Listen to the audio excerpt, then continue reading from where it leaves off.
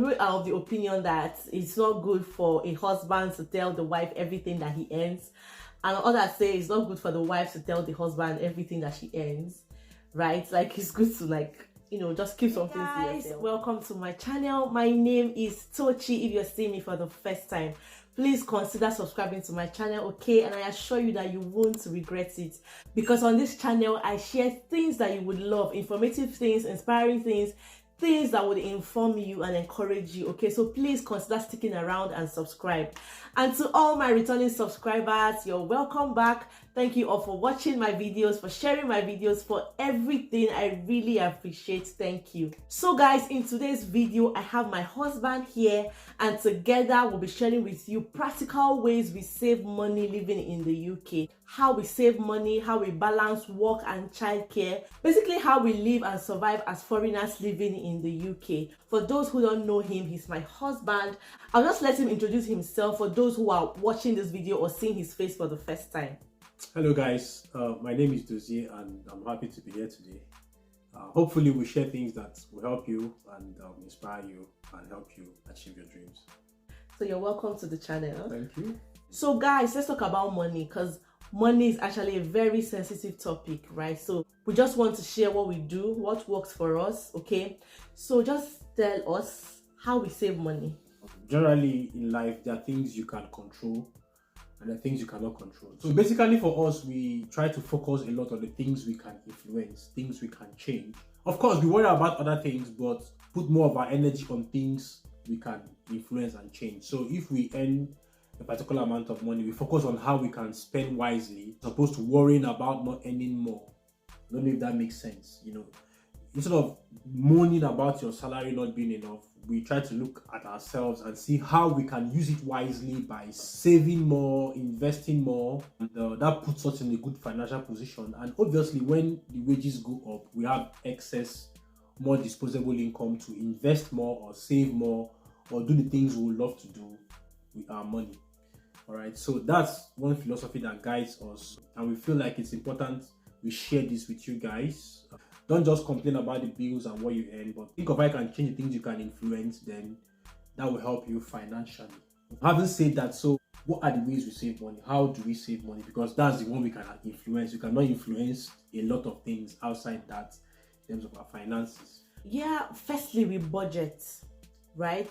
Every month we have a budget, so we try not to exceed our budget for the month, okay? So for all our spendings, everything we're going to be doing for that month is going to be within our budget, right? So if there's anything else that comes up, except it's an emergency, but if it's not, then we have to move it. We usually move it to the next month.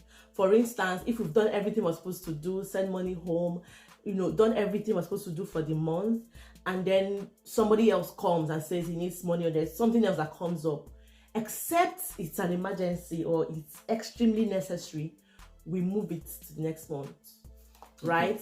Because if you don't do it that way, you discover that you just keep spending money, and at the end of the day, you have nothing left, or you just find out that you're not making any progress. So that's one of the ways we save money. We budget. Okay, so let me just ask, because when you say budgeting, like let's say you want to spend a particular amount of money, are you going to be rigid? Like let's say every month I cannot spend more than £1,200, if you know what I mean. Like, is there any flexibility that you can bring into budgeting? Yeah, like I said, except it's extremely necessary. If it's not, then we have to be rigid. Because if you don't do it that way, you will spend more than it's necessary. So we plan and budget, right? There's flexibility, sometimes there is, but like I said, it's only on things that are necessary or important, or things that or even emergency. But if it's not, then that's it. I think one of the things that really help us in budgeting is being open to each other in terms of our finances, and also sort of like sticking to what the plan is. Because if I hide some expenditure away from her and she hides some from me, then would have opportunities to sort of like go outside the budget and maybe spend money on things we should not spend on. Now, it doesn't mean that we individually don't have our personal lives and money and all that. No, that's not the point. The point is when we come up with a plan, we stick to it, all right, and we try not to go outside of it, and we try to be as transparent to each other financially as possible.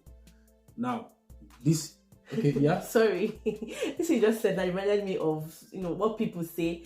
Some people are of the opinion that it's not good for a husband to tell the wife everything that he earns, and others say it's not good for the wife to tell the husband everything that she earns, right? Like it's good to just keep something to yourself. Yeah. Guys, I don't know what you guys think, but just tell me what your opinion is in the comment section. I think we're going to make a separate video on this, right? Because if we dwell on it, it's going to be very long. Okay. So we're going to make a separate video, right, on this and share our own opinion, like what works for us, what we do, and how it's been able to help us, right from where we're even in Nigeria.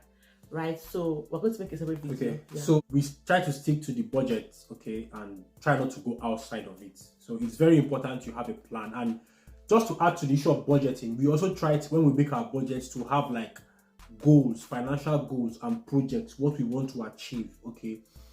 Most times, every now and then, we have like what we are working towards, and once we tick that off the box, we focus on the next one. When I wanted to buy a house, which was like our first major financial commitment, it was a plan for us. So everything was towards that. When that was out of the way, we set up another goal, okay, and several other things we've tried to do financially. So I think also when you budget, also try to have plans and goals, what you want to do with money, because the way we see money is if you don't have a plan for your money, you're going to waste it. That's the truth. That's why you see two persons in the same office earning the same salary, but they are doing differently in what they're able to achieve with their money. I understand people can have maybe family circumstances and pressure and problems that could take up their money, but at the same time, I feel like it's always safer to have a plan and a goal and a budget, okay? Then if something out of your control happens, that is understandable, but in the event of no surprises, I think it's wise to have a budget. So having established that, right, yeah, we'll now move to childcare. How we are able to balance work and childcare, because that's very important. Living in the UK or if you abroad. If you have for childcare, this will concern mostly people that have kids. Okay, so if you don't have kids, you don't worry about this. But if you are like us that have kids, then you have to worry about childcare. And the truth is that I've spoken to lots of friends that have families, and it's one of the major, after rent, it's one of the major financial expense people have to pay for. Because when our daughter was about 2 years, we went to a preschool nursery or thereabout, and they were going to bill us, I think, £40 a day. All right, and if you do 5 days a week, that's about £200 a week. So do the maths, £800 a month. And from what we found out, that was even cheap compared to other parts of the UK. For people that even do less number of days a week and still pay more. Some people pay like £700 a month for childcare. Some people pay more. And just for comparison, with our rent where we lived before was about £600 a month. So imagine paying almost your rent for childcare expenses. So it's something worth considering as a couple when you come to the UK. If you have children, you have to plan for childcare if you want to come to the UK. And if you're in the UK, you have to be wise about it, or else you end up working very hard and spending all your money on childcare. Yeah, exactly. So there are different childcare options actually, which maybe she'll discuss that in much detail later. But for us, what we did was we tried to avoid that childcare cost then, and we had to send our daughter to preschool twice a week. And then again was whenever she went to look for a job, she would tell them that she can only work when I am off work, because I have a permanent contract. So I will submit my, she'll give them my work schedule, and they'll fix her for shifts around my work schedule. Yeah, like you said, childcare is one of the major struggles living in the UK, okay? So we just try our best to just work around it. I only work when he's at home to take care of the kids. Both of us can't be at work at the same time, so I only work when he's available to take care of the kids. Right, so whenever I go for interviews, I tell them this is what I can do, this is what I can do, so that they know what I can do, and if not, then that's it. It's a challenge, but we just have to find a way around it. And she ended up working just twice. Yeah, just twice a week. So again, that becomes an issue because she's now earning less than she can potentially earn if she was working full time. So if you come to the UK and you're yet to have kids and you're a couple, we will strongly advise you do all the full-time work you can do, then save as much money as you can. If you want to go for a mortgage, that's the best time to grind it, all right? Because once kids come into the picture, trust me, it's a different ball game in this country. You can't have house help here. Yeah, but you can have people come take care of your kids, but you pay them per hour. Yeah. So you discover that at the end of the day, that thing you're going out to go and do, or whatever money you're going to make per hour, you now spend everything on childcare. Yeah. So you see that it doesn't really make sense. Yeah. Except, of course, you have a job that pays you like £100 per hour, which I don't know, except you're in tech. I don't know, IT. Yeah. But you can also bring your parents to the UK if you can. Yeah, but it's just for 6 months. But it's just for 6 months. Yeah.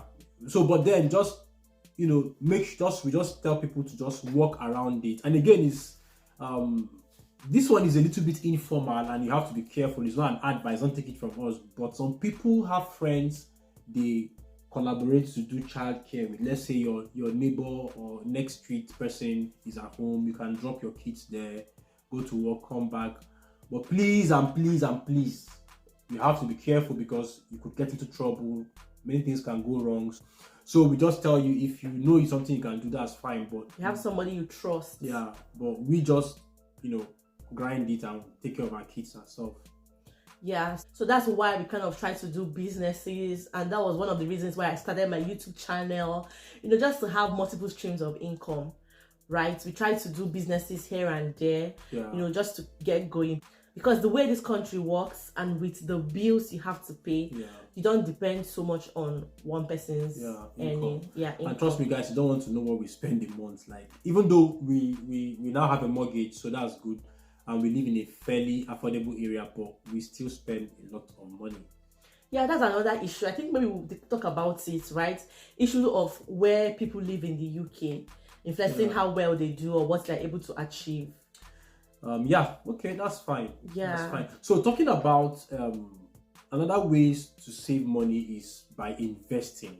Okay, some of these we did not share in some of our videos is that we also invest, some of our extra income. It's not just saving it in our account. Sorry, we have a new person joining us. All right, so another thing we advise people is to invest their money instead of just saving it in your account. Okay. Let me give an example. Like we shared the lifetime ISA, okay, which helped us to get some bonus on our savings for our mortgage. There are also other ways you can invest your money, but you can also buy shares. Various other apps you can actually use to buy stocks and shares in the UK as a form of investment. Yeah, I think we're just going to talk about it in a separate video. Okay. So this doesn't have to be too long because I know people don't like watching long videos. Yeah. So we actually do invest our money there as well. It's not a get rich quick scheme. You don't make like put money today and double tomorrow, but that's it's better than just saving your money raw in your bank account. So yes, it's something worth considering if you want to save money in the UK. That extra £200-300, you can actually invest it, and it's better for you. And at the end of the day, you make more money in the long run. So but consider investing your money as well as a form of savings. Yeah, I think investment is good. Yeah. I used to be a fan of just saving money, seeing my money in my account and just be feeling good about myself. But that doesn't really make sense because at the end of the day, the money is just there looking at you and nothing, right? So investing is actually the best way to save money. So the next way we save money is that we cut down on our expenses, right? We only spend on necessary things and we try to go for cheaper options. Of course, sometimes you feel like you work so hard and you need to just relax and enjoy your money. Yes, sometimes we do that. But most of the time, we cut down. We just try to buy only necessary things. Like, for instance, when it comes to clothes, right? Sometimes my own clothes, I buy from charity shops. Because some charity shops even sell new clothes, new things. Especially if you go to, I think, British Heart Foundation. They sell very good things, right? And for cheaper amounts. So sometimes I go there to buy my clothes and some of my shoes. And of course, there are times when we buy new things, but that's one of the ways we save money. There's some people who are very extravagant. They like to buy the most expensive things. Me, I'm not in that category, and that's just the way I am. So you wear your own clothes and come out, I wear mine and come out. Nobody will even know the difference. So that's one of the ways we try to cut down. We shop once every week, For food, right? yeah. For food. And for African food, we shop once every month. I think once in 2 months, because sometimes we go like 2 months. Yeah, sometimes we go like 2 months before going to African shop. I think what we do is we buy in bulk and stock it in our freezer, and we're good for 2 months. And I think also another thing she talked about buying only what is important is sometimes as well we buy something and after a while we feel like we don't really need it in our house, we sell it. We've sold a lot of things in this house, to be honest. Sometimes you don't make much money from what you bought it, especially if you bought it brand new. But then we sell things we no longer need or have need for. We don't just try to keep things everywhere in the house. If something is in the house and is no longer good for us, we sell it and get our money back. Sometimes we give it to charity as well. We give to charity shops, just our way of giving back to society. But sometimes we also sell. Okay, we try to sell it and make some money back. Another thing I have to say is buy things you would enjoy and things you need. Don't buy things don't buy things to impress people. If you don't need a new phone, don't buy a new phone. You don't have to be changing phone every year. Okay. If your phone is still okay, why not? Just keep it. Nobody cares. All right. Don't try to make people think you're successful. There's no point. It's fine that people you're trying to impress don't even care. Yeah. So there's really no point. You're trying to make people think you're successful. Everybody is the major character in their movie. In my own movie, I'm the major character. Yeah, just one of the characters, but I'm the main character. So worry less about people who think about what you use. Just spend money on only what you think is essential. If you don't have to go out, don't go out. Save your money. I'm not against outside. Yeah, outside is expensive. There's debit alert outside. Yeah, so we're not against going out, but just keep it simple, keep it essential. If you don't need something, don't do it. All right, don't try to impress anybody. Don't try to show off. All right, don't spend money on things that you don't need because you want people to think you are in the UK and you are doing well. I don't believe in all that. Okay, at the end of the day, only you knows your circumstance, and you are the primary person that is affected by your circumstance financially. Okay, so if you do things because everybody is doing it, you'll be in trouble and you only have yourself to blame at the end of the day. Okay, so if it's something you don't need, don't do it. That's one of the things that guides us. Okay. Yeah. So just buy essential things, things you're comfortable buying, things that makes you happy, not to impress anybody or to prove a point to anybody, because at the end of the day, they don't care. Yeah. So another ways we save money is to avoid too much debts, right? We avoid debts. We try to pay off things once. We don't go for credit. Remember we discussed how to build your credit score, right? So in this country, it's very easy to get credit. Yeah. So most times we try to pay off at once. Yeah, I know this sounds like contradictory to what we said, but now let me explain. Like, there are some credits we take up for various reasons, okay? But what she's trying to say is you're going to be getting a lot of offers here and there. Buy this, pay later, buy this, pay later. We try not to do it too much. We try to keep it as simple as possible. For instance, on our credit card, I have 2 credit cards and I've not paid £1 on interest on any of my credit cards. If I borrow money on my credit card, I pay it off the next month to avoid paying interest. Let me give you an example. Like if you have a car insurance and you pay every month, okay, you end up paying more over the year. But if you pay off your car insurance at once, you pay less. In fact, I checked it. One of the years I paid my car insurance, if I had paid it off once, I'd have saved at least £220 or so on what I eventually paid for my car insurance.